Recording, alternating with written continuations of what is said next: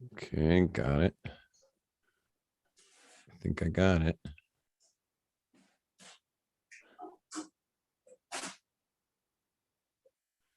Okay. Okay, we're on YouTube.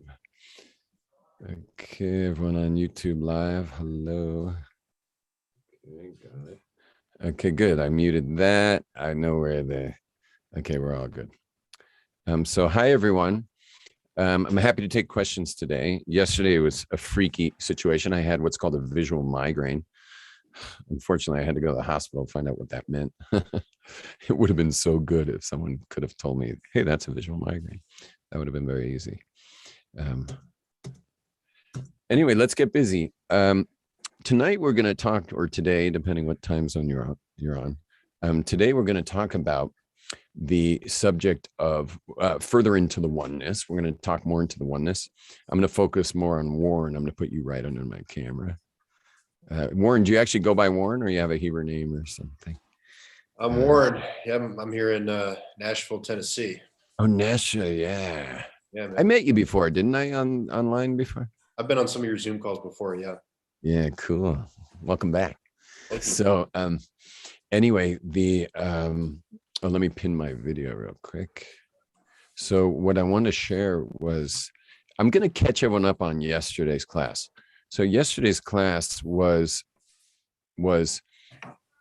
about how we took a couple steps, and whoa, look at my payas. Check that out. What happened over there? Warren, what happened to my paya? Watch this. I'm going to do paya rehabilitation. I think that's what happens when you take off on a mountain bike right after you get out of the ritual bath. Your paya goes crazy. How's that? Is that good enough for now? Will that do? So anyway, so here's the steps. Step one was that before there was something, there was absolutely nothing. Okay, that's agreed on, whether you're in the spiritual, whether you're in the physical world. Before there was something, there's nothing. Step two is that nothing is what we call God. Okay, and it's not presumptuous, because the word God doesn't mean anything. It's just a term we use for nothing that creates something. Okay, it's a being of some sort. And then step three is that it is one, because you can't have two nothings. And step four is where we got to yesterday, is that this whole world is made of that oneness. This whole world's really a makeup of the oneness of God. Is that clear? So this world's made of it. And we talked about its name, and that name is Elokus, that our world is made out of Elokus, godliness, God stuff. Okay. Now, the whole thing works vibrationally. The whole physical world is a vibrational reality. And I think we all know that the world's vibrational. I mean, that's not a big news. But for those of you who don't know the physics of it, I'll let you know, like, for example, in this room, these lights are changeable. You can switch how bright or dim they are. Right now, they're set at about 4,000 oscillations per second, which will come out as white light. I can soften it down to 2,000 or less, and then it'll be like a nice orange, kind of yellowish, soft white. You guys know you can buy white LEDs, you can buy soft white LEDs. So it all depends on your on the vibrations of them. Also, my voice is coming across as you listen to me vibrationally. These are just vibrations coming out of some kind of speaker, whether it's a headset or whether it's your phone or a speaker system, if you have your computer set up thusly. And that is vibrational. It's all just numbers. And so if it's an A, for example, I can't play an A right now, but that would be 440 oscillations per second, and so on. That's how it goes. That the world works, the sound works vibrationally. Sight, if you're looking at me right now, you're just seeing digitally. But it's not just that. The furniture in the room you're in, or the trees in your vision, in your view, are all made of vibration. And you can actually take a laser beam, have it dance between the raindrops of a tree, and burn a hole in a piece of metal on the other side. It's all lasers are vibrational light that can dance between the raindrops of physical things. And so everything in the end is vibrational. Well, let's put it all together then. if all there was nothing, and that nothing can only be oneness, and it created the world out of itself, and yet the world we now know is all vibrational, and therefore whatever God made, he is. Only he's God. He's not a he's God. He's not a cup of water, which I'd like to actually pour right now. So he's God, he's not water, but he is water, in as much as the water is made out of elokus, godliness. Okay, elokus is the state of godliness. Okay, you can practice that. You don't have to be Jewish to say these names, by the way. Elokus, so practice that. Elokus, the state of godliness. Now, of course, now I'm going to make a blessing. So remember, this class, this whole course is called practical spirituality, right? So when you think of spiritual people, they're not very practical. When you think of practical people, they're not very spiritual, right? If you have to deal with some accounting, you're probably going to look for a practical person. When you want to talk about meditation, you'll probably look for a spiritual person. But the Jewish people are exactly, God created us to be these like head. It's called head in the clouds, feet on the ground, and that's where you're supposed to be. Head in the clouds, feet on the ground. And so today actually is the yort side of the person that is the reason why you see my payas like this, and the reason I'm a rabbi is because someone made a difference for me in a big way. His name was Rav Noach Weinberg, the founder of Eshet Torah, where I taught for almost 3 decades, and his program was called Eshet Torah. Why? Because the great Rebbe Akiva who was not observant. He was an anti-rabbi guy. At 40 years old, he's found a rock dripping onto a stone, but it was a perfect hole, and the drips were just going straight through the hole. And he discovered that each, over thousands of millions of drops, it cut a hole in the stone. Now, can one drop do anything to a stone? It can't do anything. But millions and millions of drops over a long period of time can make a hole in a rock. So he said to himself that if water, which is soft, can make a hole in a rock that's hard, then the fire of Torah, Eshet Torah, he founded the organization Eshet Torah, then the fire of Torah can penetrate my heart. But here's the main thing. I mean, what's he supposed to do? He's 40 years old. He hates the scholars. The scholars have been at it since they're little kids, like my children. And I only discovered how to, even read in Hebrew when I was 23. And here he is, 40 years old. He doesn't know his knee from his elbow, Jewishly. And he's now said this, let the fire of Torah penetrate my heart at 40 years old. But here's the thing. How is he ever going to become the greatest rabbi who ever lived, which he became? He became the single greatest rabbi in the history of the world. How did he do it? And the answer is that it's the drop that he recognized. You understand? It was the drop that got him to become the greatest rabbi who ever lived. You get that, Chezkel? The drop. And meaning, don't look at the hole in the rock. Look at the drop, and that drop, and that drop, and that drop. And I heard one of the speakers today at his memorial for his, I forget which yard site this is, but at the memorial of Rabbi Weinberg, one of the speakers said, when you're running a sprint of 100 yards, you're doing the 100-meter dash, every step counts. Like if you miss a step, you lost. A 26-mile marathon, steps don't count, but you'll lose. You'll lose if you don't recognize the importance of the steps. Meaning you might finish. You're certainly not going to win. But the steps do count in a marathon. And what greater marathon is there than the Torah? Than the sea of the Torah. It's called the Yam Shel Torah, the sea of the Torah. It's a giant sea.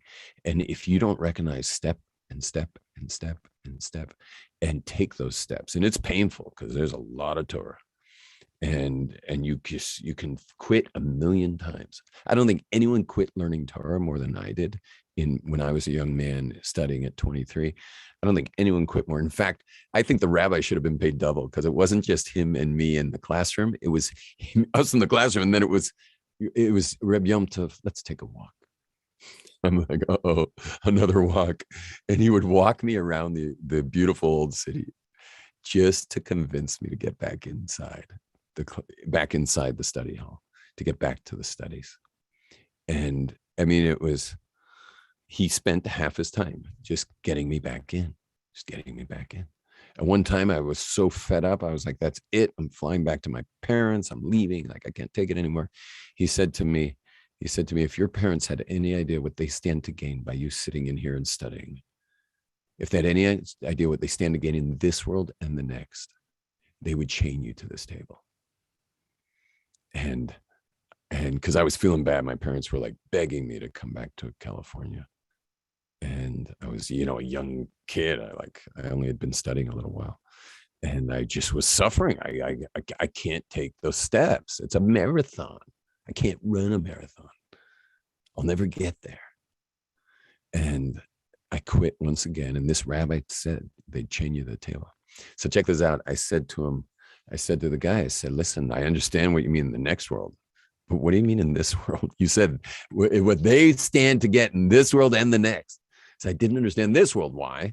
Because my parents were suffering because of my choices. We weren't raised to live this life. So like the fact that I had chosen this lifestyle was killing them, not helping them. So why would me studying more help them in this world? You get the paradox, you get the question. Anyway, my parents apologized to me about years later, maybe 15, 18 years later, they apologized. And they said, we are so sorry we gave you a rough time for the transformations that were happening to you when you were 23 years old, when you came to Jerusalem. And I'm like, why are you apologizing for this? And they said, because now that we're our age, you are the source. You are literally the source of our pride and joy. We don't have a single friend. They're from West LA. Everyone was Jewish. They said, we don't have a single friend amongst our peer group that has a Jewish grandchild. And you not only gave us Jewish grandchildren, you gave us 8 of them. And every one of them waits on us with hand and foot, like as if we're the connection to reality, not them. Because, this happened to me, by the way. I heard this story and then it happened to me. I mean, how often you get to hear a crazy story and then it happens to you? But it happened to me where I was at a kibbutz in Israel. Kibbutz is usually secular, but it was a very secular anti-Judaism kibbutz they don't even have mezuzahs. Excuse me. They don't even have mezuzahs on their doorway. Come on in. Come sit next to me, if you will. They don't even have mezuzahs on their doorway. This is the COO of my company, Shai Specking, just joined us. Grab that white chair there. Come pop it down near me. Anyway, Shai, say hi to everybody. Hi, everyone. So check this out. Amazing story. I've been hearing the whole time. Okay, great. Let me make a bracha. We're really talking about the oneness of Hashem.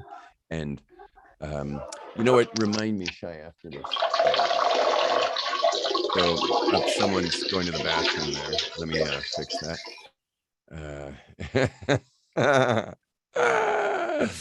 By the way, I did that once during a live feed. I was like, that's something you do once. But I'm going to make a bracha, but you should know every word of this bracha. Every word, meaning the opening phrase of Baruch Atah Hashem Elokeinu Melech Haolam, those 5 words.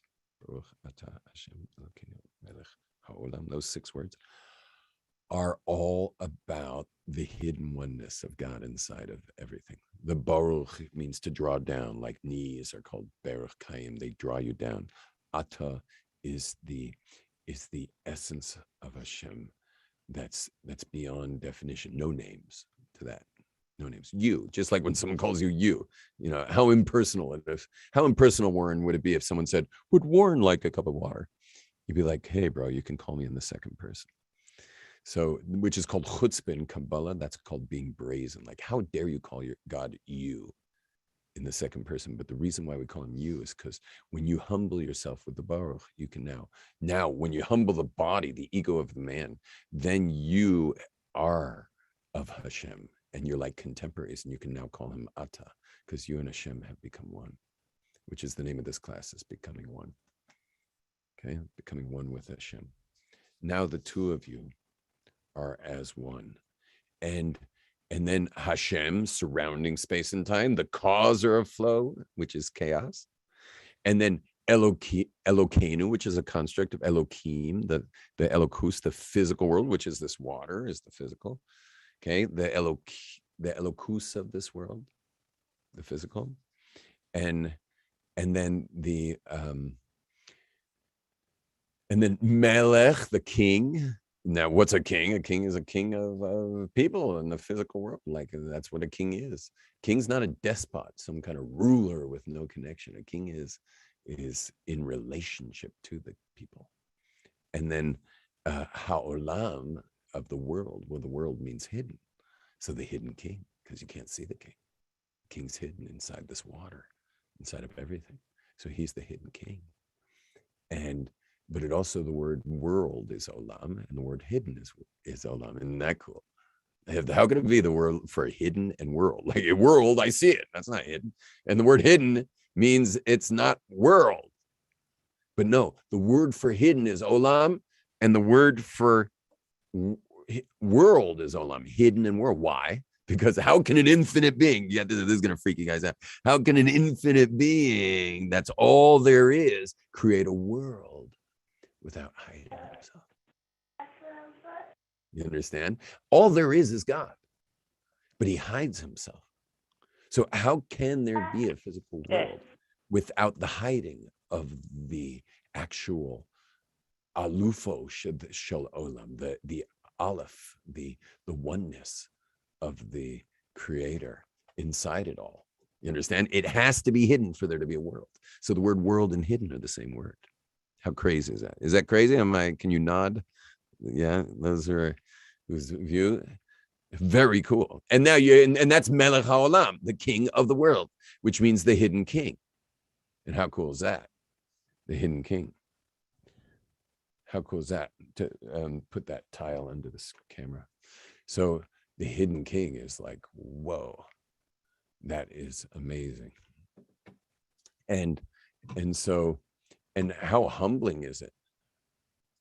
How humbling is it to be a hidden king? Whoa, I just did something crazy. Hold on. I just knocked that guy off the... Oh, there he is. Hey, Cheskel, I just pinned you by accident. I'll unpin you one sec.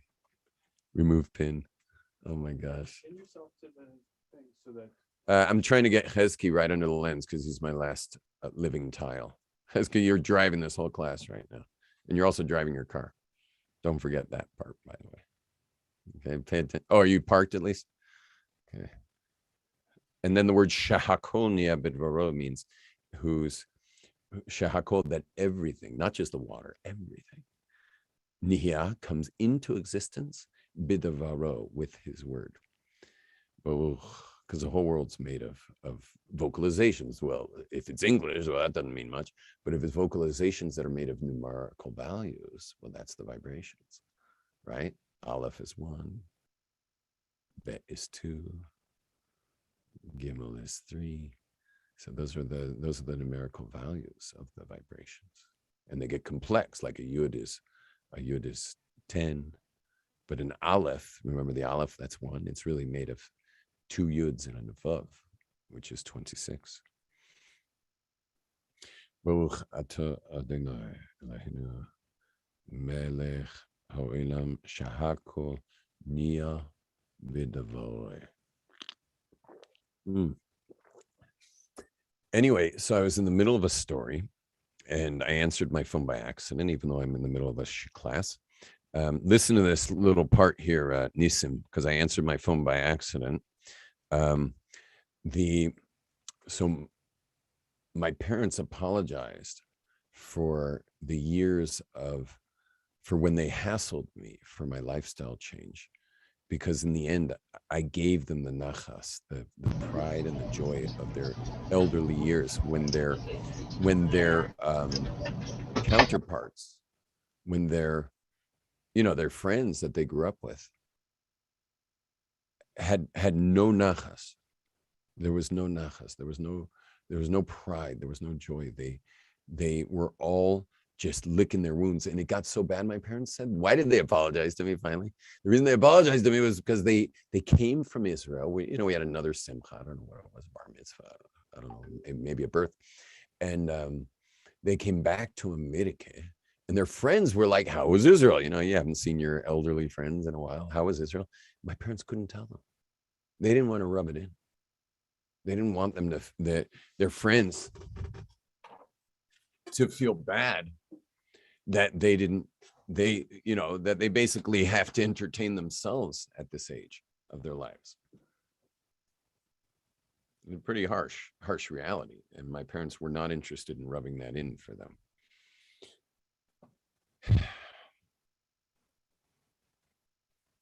I was telling another story. I can't remember what it was. Do you remember what story I told you? For the water. Anyway, so you're telling a story of the kibbutz. Oh yes, thank you very much. So so I'm at the kibbutz, and guess where I am? They had they had an animal area in the kibbutz, and they had monkeys, and they're always obviously the funnest to watch compared to any other animal. So we're watching the monkeys, and I'm with an elder of the kibbutz, one of the founders of the kibbutz. Today, I'm not even sure he's alive anymore. He'd be in his 90s now. The founder of the kibbutz. This is a godless place, meaning you're not allowed to have anything Jewish happen there. And here I am with all my kids running around enjoying the monkeys. And he says to me, I've never seen anything like your kids' respect for you. It just doesn't exist here in the kibbutz. Like, no one respects their parents like this in the kibbutz. And he's like the elder of the kibbutz. And by the way, the kids weren't raised in their own. These kids, this is the extreme. They were raised in a kid's farm. They aren't raised with their own parents. They're separated from their parents. They're like, how much can we get rid of all tradition and all connectivity? Like, how much can we get rid of it? And so these kids were actually raised not with their parents. And he said, I've never seen anything like it. And I said, you know what I said to this guy? His name was Avishai. I said, Avishai Yisraeli, in the Israel, Emek Yisrael. This was in the Israel Valley. So he says to me, how do you get your kids to honor you like that? I said, I don't do anything. You see, the difference is you tell your kids about evolution, and that, that they are one step closer to monkeys, meaning what you trained your kids in is that they're one step closer to monkeys. I said, my kids were raised to believe that I was their link to the chain back to Sinai. You understand? The monkeys are far from reality, and technology is the cutting edge, which makes the grandkids and the grandkids the cutting edge. And you put the elderly out to pasture. And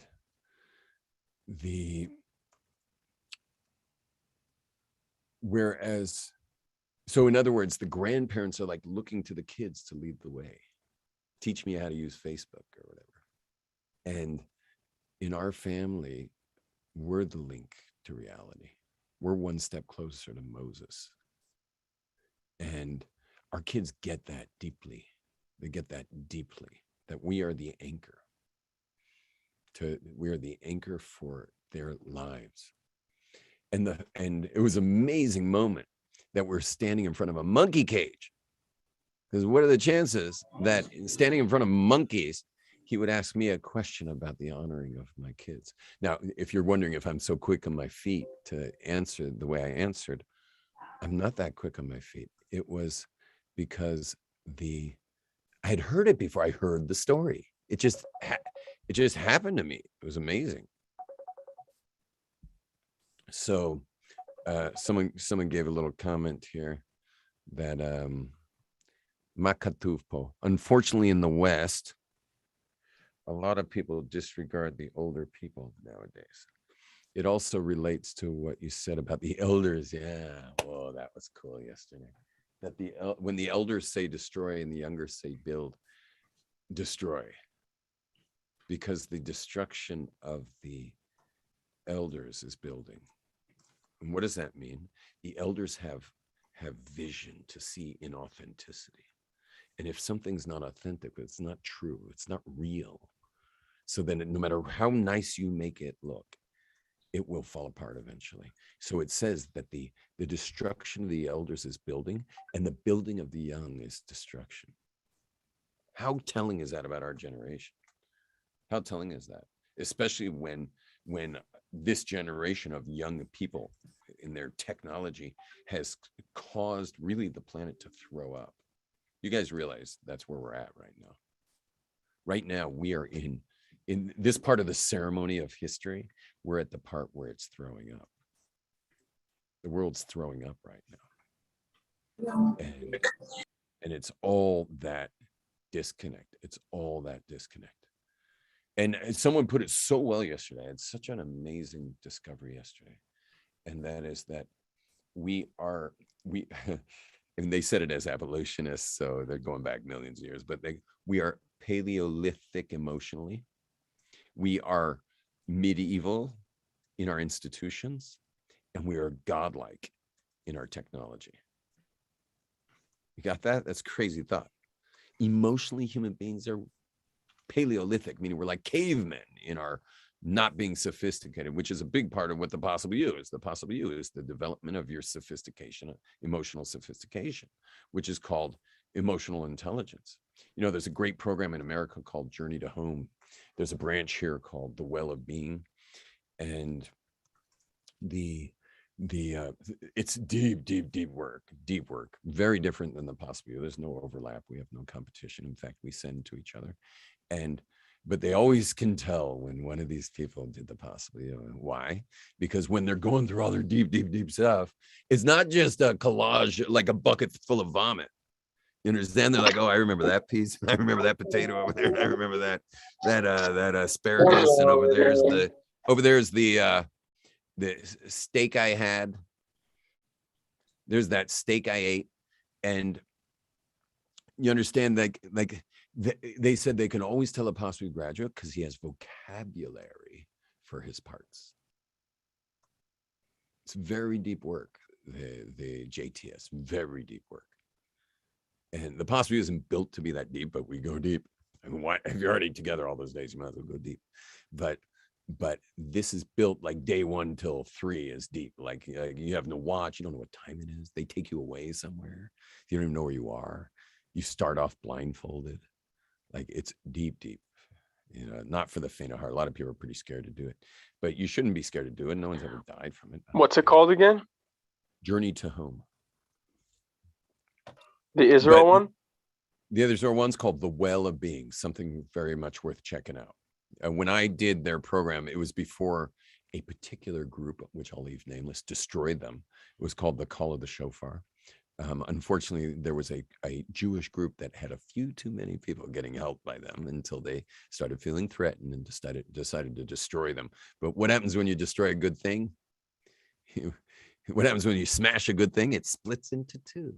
So now there's Journey to Home in America, and there's the Well of Being in Israel, and so they're going strong.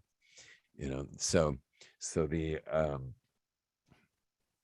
and the guy who founded it all like sits and learns Torah now in Jerusalem after they smeared him, destroyed his life. Baruch Hashem, he sits and learns Hasidus in Israel and Gemara, and you know, he just has a twinkle in his eye for his offspring, which are those 2 seminars. Anyway, so they love. They even tell certain people that just seem like such a mess, meaning emotionally, like they just so don't get themselves, that they tell them, listen, before you come to JTS, go to the possible you know, or after the possible you, they're like, now what do I do? They're like, you need to be able to label all those moving parts in you. Go to Reb Yom Tov, and they'll come to the possible you and discover the actual names of their parts. And how to, because think about it, if you don't have a vocabulary for something, you're not a player. You know, think about going to a high-tech convention, but you don't know what you're doing. You're pretending to be one of them. You don't have a vocabulary. You're like, what are you doing there? You're wasting your time. You might as well go gamble in the casino next door. You have no business in there. You don't have a vocabulary for it. And yet each one of us have these complex emotional systems. But let's go back to what I was talking about. What I was talking about is that we have an emotional system from the cavemen. Most people have no sophistication.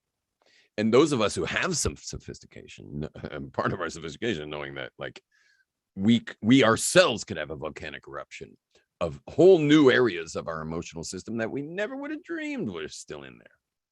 I myself had two of my biggest eruptions in the 20th year of leading the Possible You.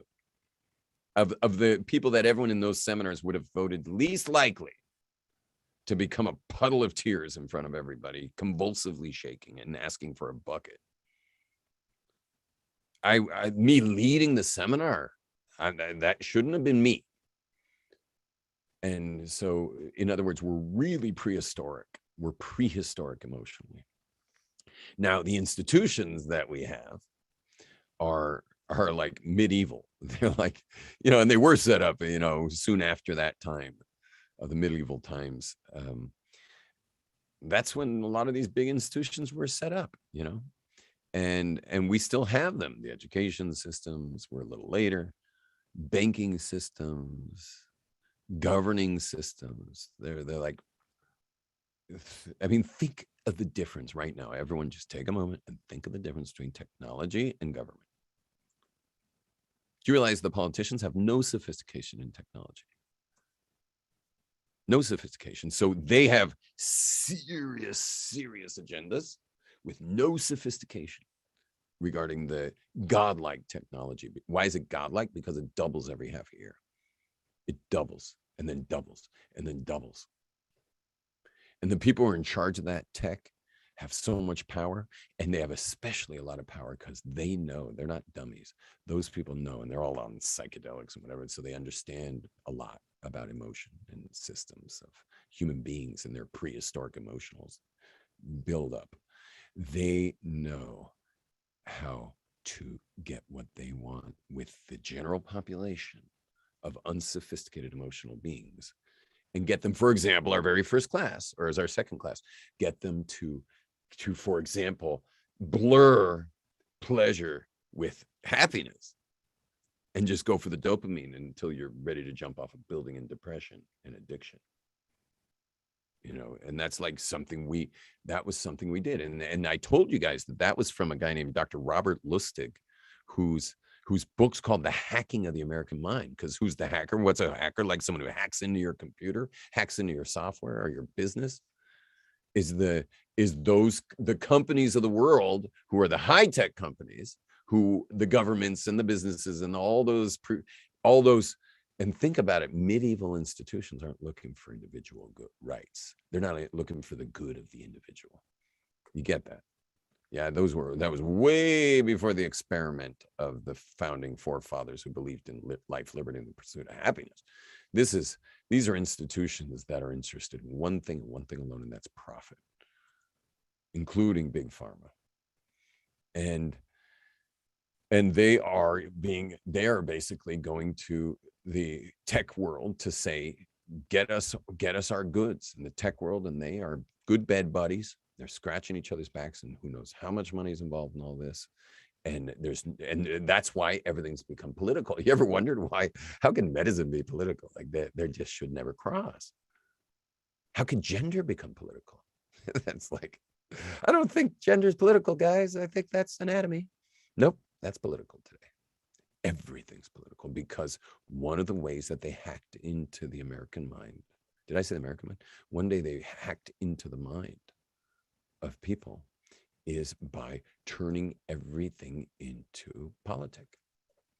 Everything's political. And therefore, they can just go with that. And they've already proven that the algorithms move towards fear. So they figure out a demographic, they figure out what they're afraid of, and they just nail you with that. And you want more, because we all have something. This part of the Possible You, one of the amazing things in the Possible You, it's called the misery comfort zone. I'm not going to go into that, but you can understand what I mean by a misery comfort zone. That's the you that clicks on stuff that's hurtful to you. I mean, it actually harms you. It's going to give you less sleep. It's going to make you less at peace. It's going to cause more stress. It's going to make you more afraid, and you can't stop clicking on it. It's called the misery comfort zone. And so you just keep clicking.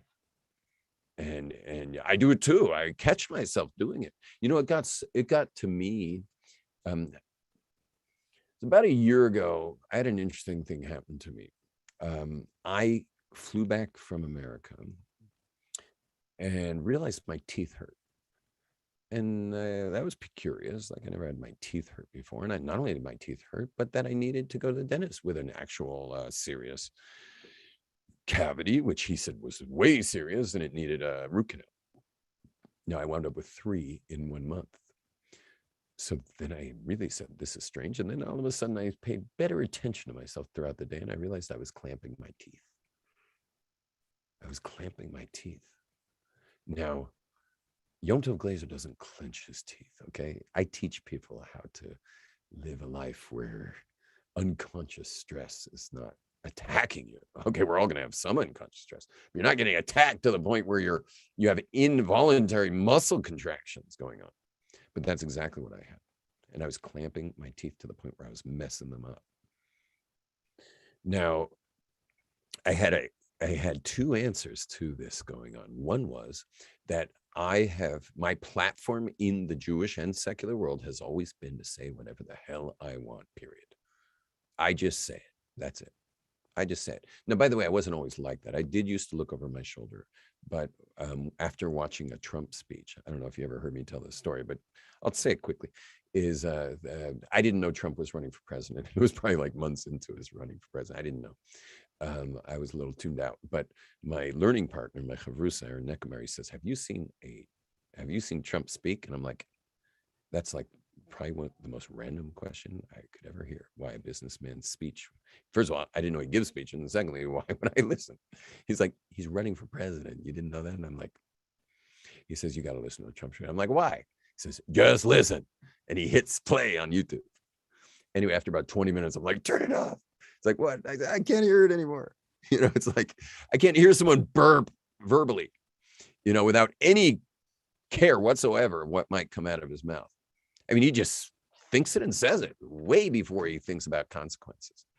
And by the way, one of the first thing he clicked on me before he went to that, he said, watch this. It was what he said to Megyn Kelly after getting nailed by some woman named Megyn Kelly. It was the first time I ever heard her name.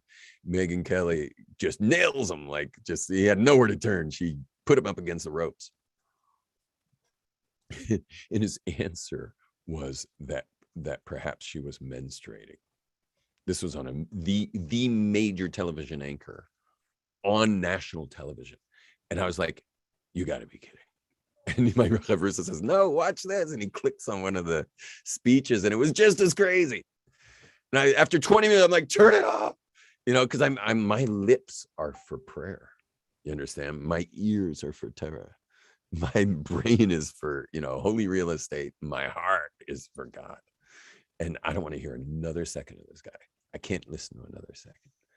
And so he turns it off. Next day, I come into Aisha Torah for practical spirituality, which, by the way, I'm reminding everybody, it's changing times. And this new time may be horrible for you, but I'm going to try it out. You know why? Because I'm going to have a live audience. And live audiences really get me going much more than this. So no offense to any of you. I love you all. And especially if your camera's on, I extra love you because Max, you're keeping me going. Dean, Warren, Chesky. If it wasn't for your faces right near my lens, this would be a dead experience. I wouldn't do it. I just wouldn't even come. So you should know that you 4 are why I'm here. And all of you listening, say thank you. Thank you. So anyway, but I'm going live next week. 3 o'clock's a lousy time for about everybody outside of Israel. It'll be good for people from London or whatever. But 3 o'clock Israel time is, what is that? 8 in the morning, New York. The good thing about 8 in the morning New York is those who have a commute will have who to listen to on their commute. So that's a good point. And that's that. And what else? Where's the live location in Israel? Oh, who's in Israel? Aaron David? Aaron David. Yeah. So it's going to be in Nachlaot, right near my house. You know that hall on Shomron Street, number 1 Shomron? You can WhatsApp me. I'll send you the address. But certainly anyone in Israel, please come. It's going to be a daily live class, at least until I leave for the U.S. When I leave, when I'll be in the U.S., Shai, please God, you'll help me arrange that. I'll keep it going, but it'll be a little bit different hours. I'm not doing it at 8 It's in the morning. It's 9 o'clock a.m. Oh, 3 is in- no, that's 6 hours. Can't, no way that 3 It's p.m. could be 9 a.m. in New York. That all would have right. to- Good. Yeah, Right. you're high, bro. So and the what else was I gonna say was it's just that it really knocks off the West Coast, but probably no one's here for the West Coast. They're too busy like feeling good. You're going to live stream those as well, still through YouTube and Zoom? Sure enough. Cool. Yeah, big time. And Facebook. We're gonna get Facebook lined up and by Sunday, please God. So anyway, Is there a what? way I can listen? I can listen to these classes and yesterday and from this week on somewhere. Is it recorded somewhere? Sure enough, you can a couple of places. One is YouTube Live every day. It's always going to be on YouTube. Sadly it needs titles. I don't know. If you look at practical spirituality on YouTube, If you go practical spirituality on YouTube, you get it, but it needs titles because otherwise there's no way to make rhyme or reason. So far, I'm being a good boy in titling each class. You notice I've been titling each class. Very helpful. So anyway, what were we talking about? So many things. The live class. But you guys got to back me up a little. We were talking about some important things. Oh, Trump. So yeah. So anyway, I hear 20 minutes of Trump. The next day I go into Asia Torah to practical spirituality and I'm teaching the class. When all of a sudden I start saying stuff that I never said before, unfiltered. Meaning that 20 minutes caused me to start unfiltering my own words. I didn't know I was filtering any words. I thought I was telling it like it is. I had no idea I'd been filtering what I was saying. But 20 minutes of Trump was all I needed to influence me. Now, it could be I'm more influenced than the average person because I don't watch such things. But I was heavily influenced and I was just saying it like it is. And when I finished that class, we had a whole discussion there. You know why? Because this was on Facebook Live, which gets then ripped off there into other platforms. And it was going into Facebook Live. And we had a whole discussion. Should we post it or should we not? If we post it, Asia Torah and I am going to get all kinds of emails from all kinds of rabbis saying, like, what the hell is going on in there? And if we don't post it, we don't have to deal with any of that feedback. Who wants negative feedback? You know, is self-expression worth it? Dean, is self-expression worth negative feedback? Say yes. Yes, that's right. And everyone should be saying yes with all their hearts now that we've seen what's happened in the last 2 years. Now we see the price we pay. So anyway, so then I had the amazing idea that, wait, we can post it and then just remove it. If we get a hard time, we'll remove it. Guess what? The next day, I had triple the people watching. It was a game changer, a total career changer. It completely transformed my listenership. You get what I'm saying? Meaning now that I didn't know I was filtered, but now that I'm unfiltered, whoa, look what's happening. Now let's go to my jaw. Corona comes. I'm smelling skunks everywhere. It's like there's a skunk in every street. There's a skunk every time I turn on the news. There's a skunk every time I look on my phone. It smells like skunks everywhere with a skunky virus and a skunky relationship to the virus.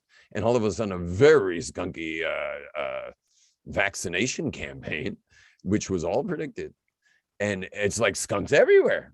Skunky shutdowns, skunky lockdowns, skunky fear mongering, skunky disconnections of individuals with their loved ones. All of a sudden, I smell skunks everywhere. And everybody's asking me, what do I got to say about it? At which point I'm like, filter or don't filter, filter or don't filter, filter or don't filter. Now, people were at that point, I don't know if you all remember this because they wish you didn't, is everyone on Twitter and Facebook and YouTube and you name it, if it was owned by the big ones, they were canceling you.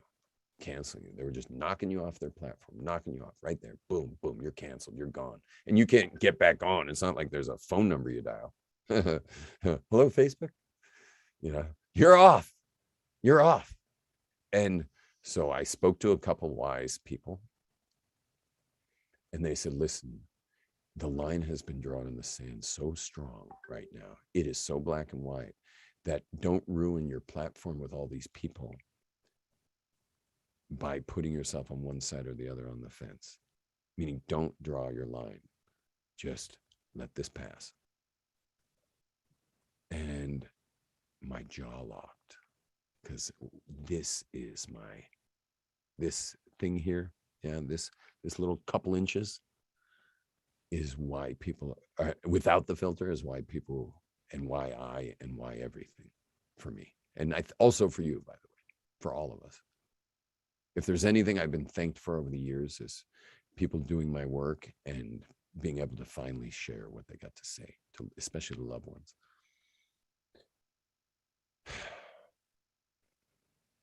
My jaw started locking. It was like God was taking away my vessel.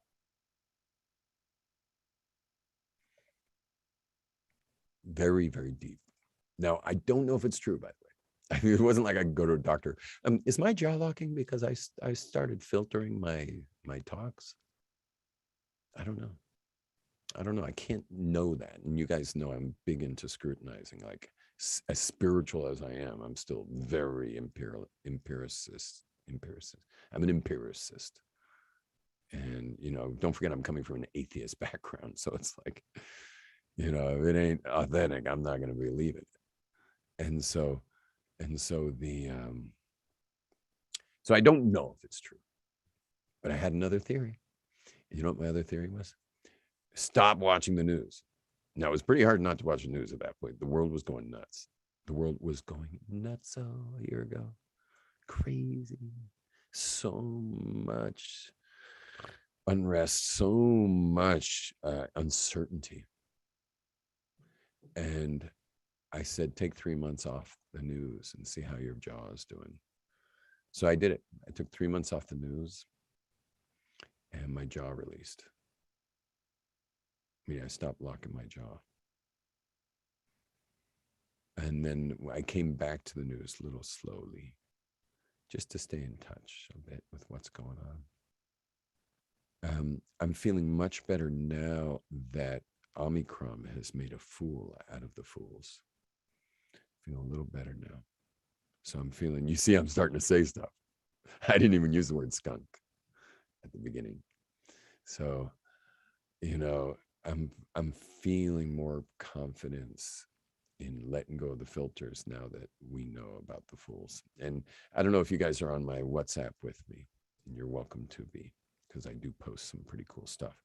So check out my post today from the Western Wall. It's a pretty sick situation over there. Sick's the right word, probably. I noticed there was a guard gate for the inside of the Kotel. A guard gate. Like, what the hell is a guard gate doing in front of the Kotel? So, not the Kotel, not the Western Wall Plaza, not the outdoors, the indoor. But in the winter, that's where we pray. Everyone prays indoors because it's, you know, it's cold out. And this was evening time. So I could show you it right here, actually. Maybe I'll show you. And you guys want me to break out my guitar and play a little? Yeah? Oh, yeah. Okay, let's try that. Anyway. So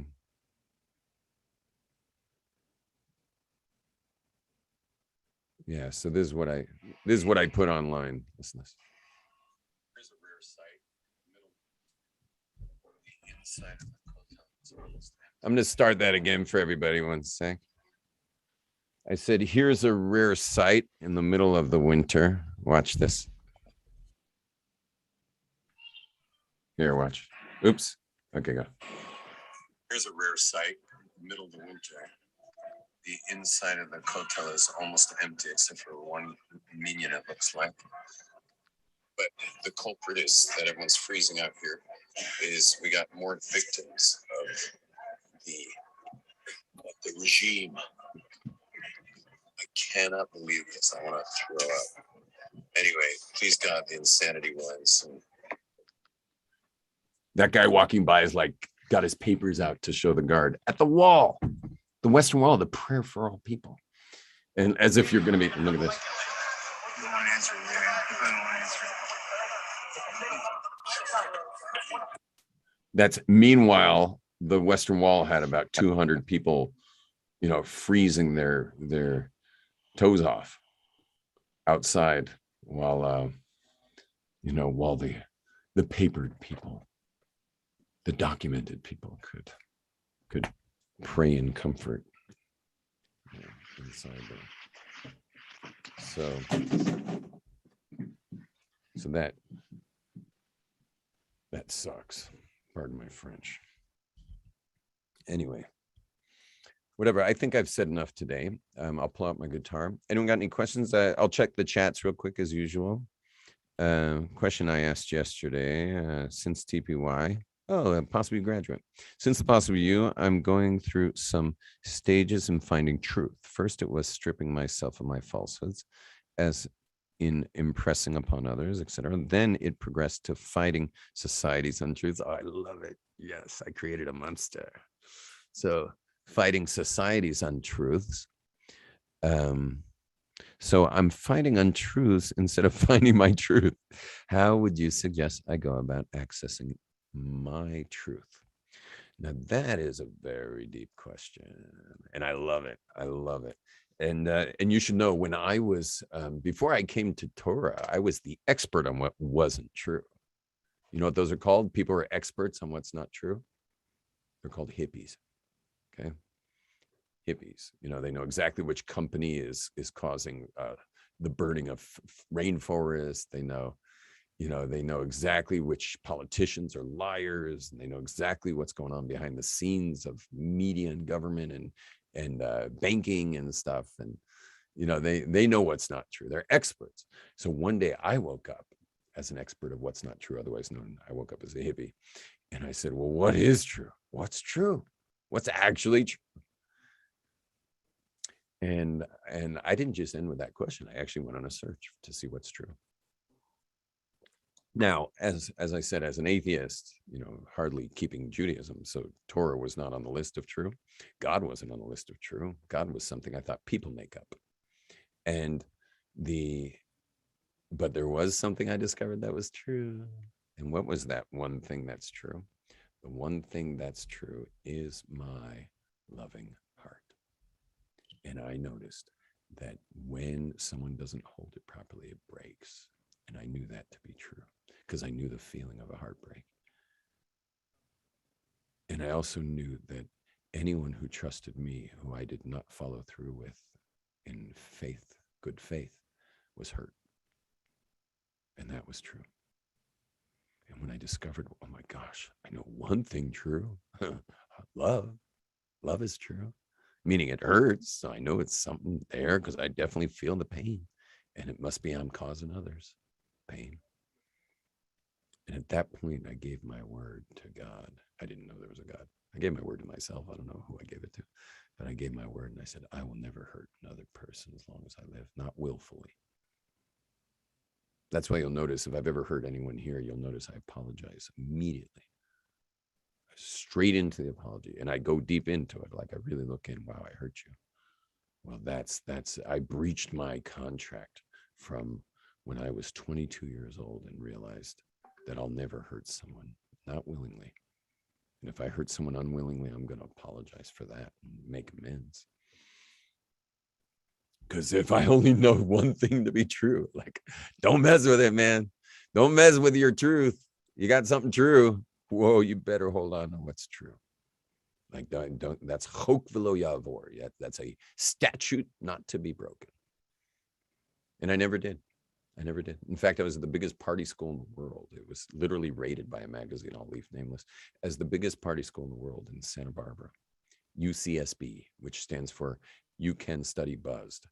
And it was my last year there, right before I had no idea I was going to wind up in Jerusalem. But people were like, telling me which girls were interested in me. And I was like, that's nice, not interested in them. And they're like, why not? And I'm like, because the next person who gives me her heart will be wearing an insurance policy on her finger that she will not get hurt. Now, I had no idea. Maybe in the merit of me making that statement, I wound up in Jerusalem 3 years later, marrying a woman who I'd never even touched in my life. Like through 3 years later, I married this holy lady and put that ring on her finger. And I never broke another person's heart in my life from that moment on, because I knew that was true. My heart's true. My heart's real. I feel pain. So that must be real.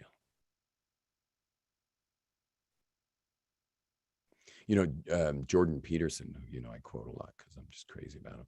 Jordan Peterson actually asked the question, what is good, in his years and years and years of searching. And he couldn't find out. He just couldn't figure out what was good as a scientist. A social scientist, couldn't figure it out. And then he started studying the Holocaust and what happened in Stalin, Russia and stuff. And he said, okay, I got to what's bad. I figured out what's bad. That's bad. So anything I can do to go in the opposite direction of that is good. I don't know what good is, but I know if it's in the opposite direction of that, I'm on the direction of good. You hear that? Amazing. So the same thing happened to me in a way. It's just a little different. I don't know anything true. I'm great at what's not true, but I know my heart's hurt. And I don't want to hurt anyone else's. Sadly, that's a part of human evolution, meaning your own evolution as a human being, as you evolve, because people who are unevolved hurt others exactly where they're hurt. People hurt where they're hurt. People wound where they're wounded. In other words, hurt people hurt people. And that's why our great sage Hillel, when he said to the convert, he said to him, he said, teach me the whole Torah on one foot, meaning like balance on a foot and teach me the whole Torah, meaning give me a one-liner. That's what he was saying. And he says, he didn't say love your neighbor as self. He said, don't do unto others what is hateful to you. Not even really a quote of the Torah. He didn't quote the Torah. He said, don't do what is hateful. That's not Torah. So what was he saying? What he was saying was, you're not even in the first step of being human. You've gotten nowhere in your evolution if you can do what's hurtful to another. And yet humans are drawn to do what's hurtful to them. If you don't catch a molested child, God forbid, and rehabilitate them, the chance of them being a molester when they're older is high, which is crazy. That's the thing that destroyed them, yet they will seek to destroy later others. So you haven't even begun your evolution until you are finally in touch with what's hurtful, to the point where you'd never cause that to another human being, at the risk of everything. The risk of everything.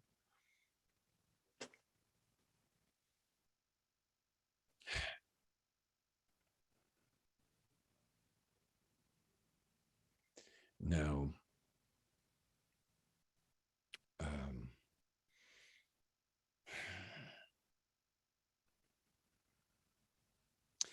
it's very interesting that the person who asked this question, who I didn't even look at their name, but the person who asked this question,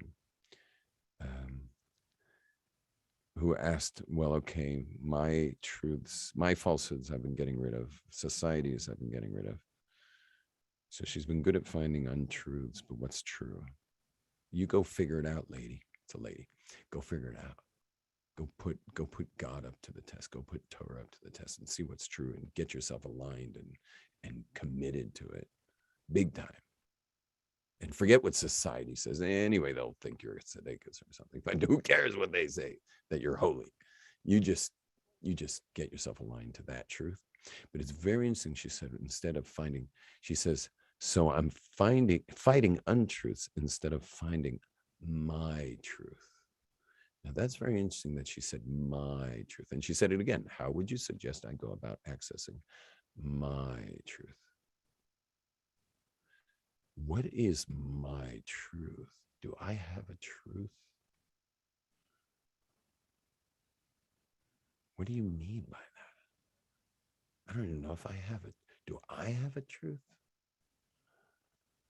So that's like Chinese to me. I don't even know what my truth is. Meaning I know when like I get something for me, like for example, don't like chocolate. Okay. I like 100% cacao. I'm happy to eat that. Although most people don't like that. I do. I don't like chocolate. That's my truth. Okay. I don't like hurtful speech. That's my truth. I mean, I don't even know what you're talking about. What's my truth? We are spirits in a material world. We are ghosts in a machine that is made of elokus. So there's only the truth of the truth, the big capital T truth. And then I, in this lifetime, align with that truth. I don't know what my truth is. It sounds like it sounds like a very millennial, my truth. It's like that's my car. It's like I don't even know what that means, because if it's yours, it's probably not true. I don't think anything I have is true. I think that if you found something in me that was true, it was only in as much as I aligned with the truth. But the truth wasn't me. It was I'm aligning with something beyond myself that's true. Now, do I have instincts to vibrationally, resonate with truth? Yeah, I've been given those instincts, but that's not truth. That's my vessel of resonance. That's my instincts are vessels of resonance. And so I have that instinct. But my truth, what's my truth? Who the hell am I? Hope that wasn't too abrupt. Someone else said, pin yourself to the screen. Oh yeah, I did that. Okay. It also relates to what you said about the elders' destruction versus younger. I'm fighting our elders. Bad idea to fight the elders. Although a lot of the elders in our generation are really mixed up. Like they make your emotional intelligence. They make a black dude's emotional intelligence in the Bronx, look like towering perfection compared to the lack of emotional intelligence of an Ashkenazi Holocaust surviving, joke of a culture, and I'm not talking about the Torah parts. I'm not talking about the beautiful candle lightings and kiddushes and simchas. I'm just talking about emotional intelligence. Unfortunately, in the West, a lot of people disregard the older people now. Yeah, I read that one. Who said the quote Paleolithic? I can't remember their names, although they're pretty sure they're on my YouTube right now. So whoever wanted that quote about the Paleolithic, I was looking for it. Brett Weinstein and Heather Heying, Heying. I guess they worked together. It's a podcast of Jordan Peterson titled Evolution and the Challenges of Modern Life, which makes sense. Evolution, meaning we're like Paleolithic emotions, and the challenges of modern life. Okay. All of this is live stream. Someone asked about this. Will this class of this week? It will all be posted on Torah Anytime. It's coming. Stop watching the news. Read more classical books. Nice. What is the WhatsApp number? My WhatsApp number is plus 972 52 834 4664 plus 972 52 834 4664. If you want me to add you to my contacts, just give your full name. I'll put you in my contacts, and then you'll get my statuses. Okay, and then someone said, has God gifted us the ability to create our own truth, and through that gift to be a creator like him? I think I answered that in the negative. And then, although I'm open to looking at our own truth. Now I'm looking at the YouTube comments real quick. Spot on, Rabbi. The bureaucracy and the politics of education within the medical industry is beyond unreasonable at the moment. Okay, people saying hi. I'm driving a semi. I apologize for no camera. Thank you. You're welcome, Curtis. Drive carefully. And I love truckers. And if you want to connect to a really holy Jew who's a trucker, send me a WhatsApp. Okay. Sorry, if you're driving, you probably can't write it down, but try to remember the number 528344664. 528344664. The rest was just Israel's country code, which is 972. Oh, good. One of my coaches for New York is Rachele Ismaili, and she said, "Thank God you are talking about this insanity." I think she's one of the people who's been frustrated with my not talking about it. Of course, we have someone who's into Jesus. You are not a Jew yet, and you pray to Allah. I have no idea who they're talking to. I shall visit you later. Oh, someone's coming to visit me. That's nice. 2 healed teeth and fish and bread. Sounds like a Christian. Something about fish and bread. I would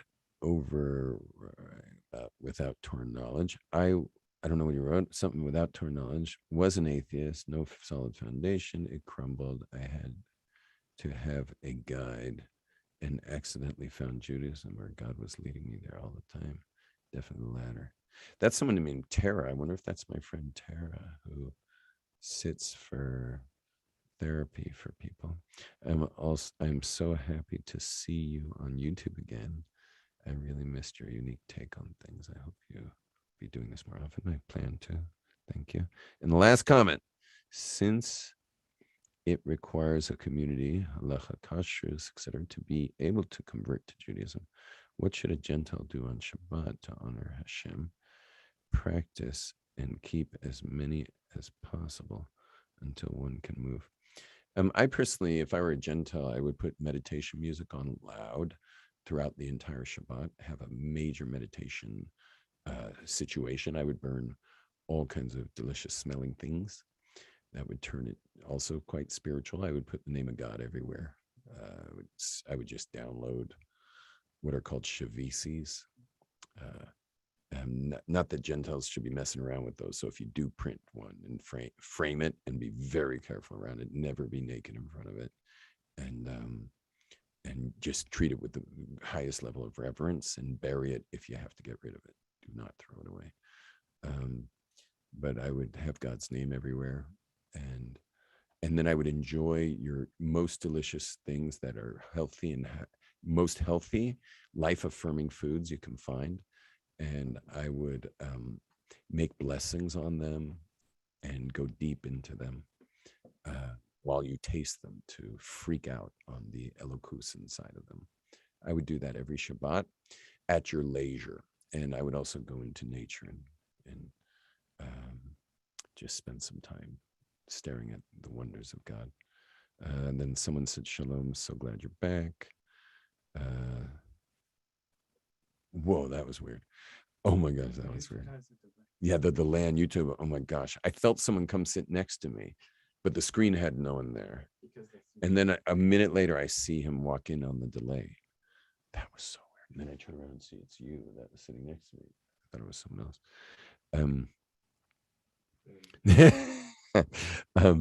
Wouldn't looking at truth subjectively give birth to some sort of objective existential anxiety? Whoa, this is a guy named Jordan wrote, wouldn't looking at truth subjectively give birth to some sort of objective existential anxiety? Yes, it would.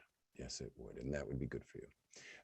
Not that anyone should have anxiety, but you're supposed to freak out. It's called expansion and contraction. I could go into this in another lesson. Feel free to remind me. But all of life is expansion and contraction. Everything's expansion and contraction. Everything's ones and zeros. Everything's male and female. Okay, everything works in expansion and contraction. And The expansion is expands you into God connection. You get expanded into God connection, and then you contract back to self, and then back into God, and then back into self, and back into God, back into self. And when you connect to infinite reality and then contract back into self, you're damn right you're going to get some anxiety, because where the hell you been? You're like, if this is what's true, what's up with me? And that is how you fix. And then you can rectify some of your behavior. That's how you rectify your speech, you rectify your life, is by that expansion and then contraction back into self. This is as natural as the sun rising and setting. This is the way it's supposed to be. You contemplate God, that's expansion, and then you contract back to self and fix things. That's how you do it. Okay? There's a famous book written in India called Siddhartha. It's all about that. That's the whole book, expansion and contraction. But it's obviously a giant Kabbalistic teaching, order and chaos. Chaos is expansion, order is contraction, etc., etc. Flow and structure, same subject, male and female. It's all there. Okay, everyone, shalom, shalom. Lots of love to all of you. I'm not breaking out my guitar now. I gotta get moving. I've got another class at 9, which is not going to be live. Okay, love to everyone. Bye. Shalom.